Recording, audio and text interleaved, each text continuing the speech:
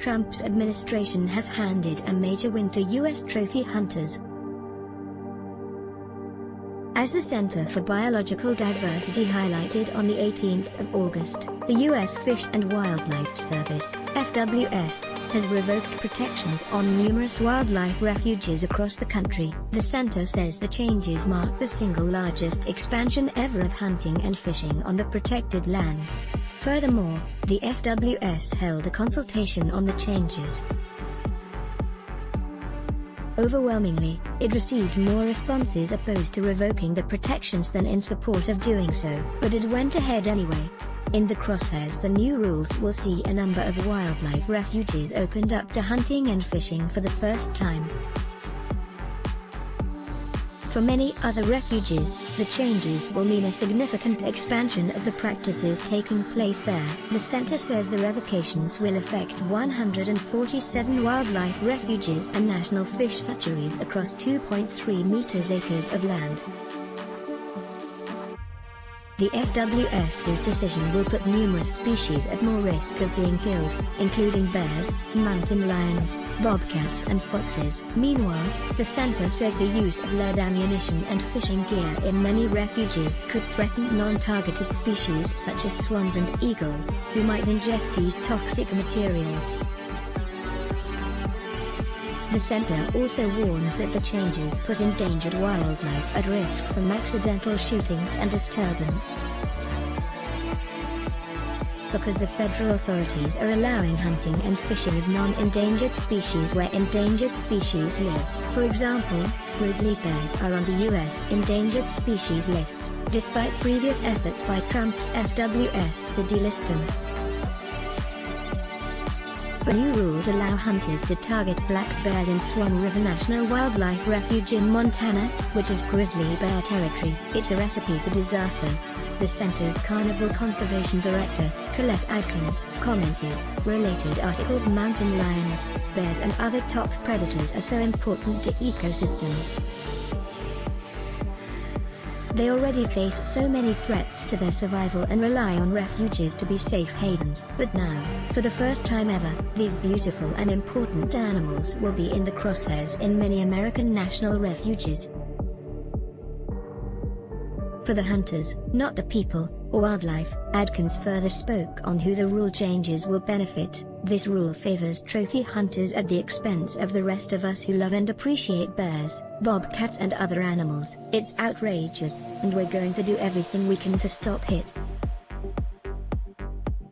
Exactly who Trump's administration has favored with this decision was also apparent in its handling of the consultation on the issue. In April, the FWS opened a 2-month-long period for comments on the proposed changes.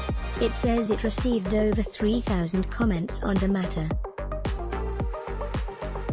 Of those, 920 were in general support of the proposed changes, but it also received 1,939 comments that opposed the changes.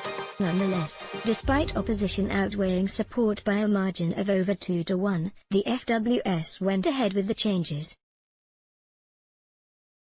Explaining its decision, the FWS said it prioritizes facilitating wildlife-dependent recreational opportunities. In short, the FWS has prioritized enabling more hunting and fishing over giving the U.S. public what it asked for and providing wildlife with what it needs.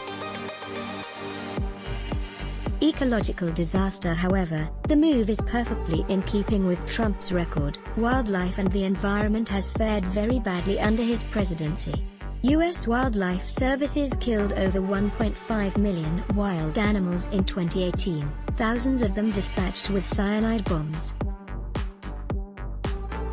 More recently, his administration moved to make changes that would ease hunters' ability to kill wolf and bear cubs in their dens in Alaska's national parks. The slaughter of wolves in the U.S. is now commonplace, with entire wolf packs being wiped out in some states.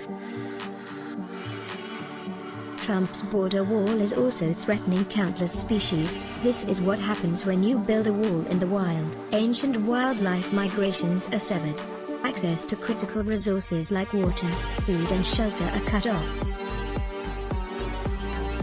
This mule deer buck was found dead yesterday, trapped by the wall, in the hottest month of the year. pic.twitter.com/VXRV0VNVSN, Center the Biodiv, at Center the Biodiv, August 18, 2020. On the 17th of August, meanwhile, his administration laid out plans to allow oil and gas drilling in Alaska's Arctic National Wildlife Refuge.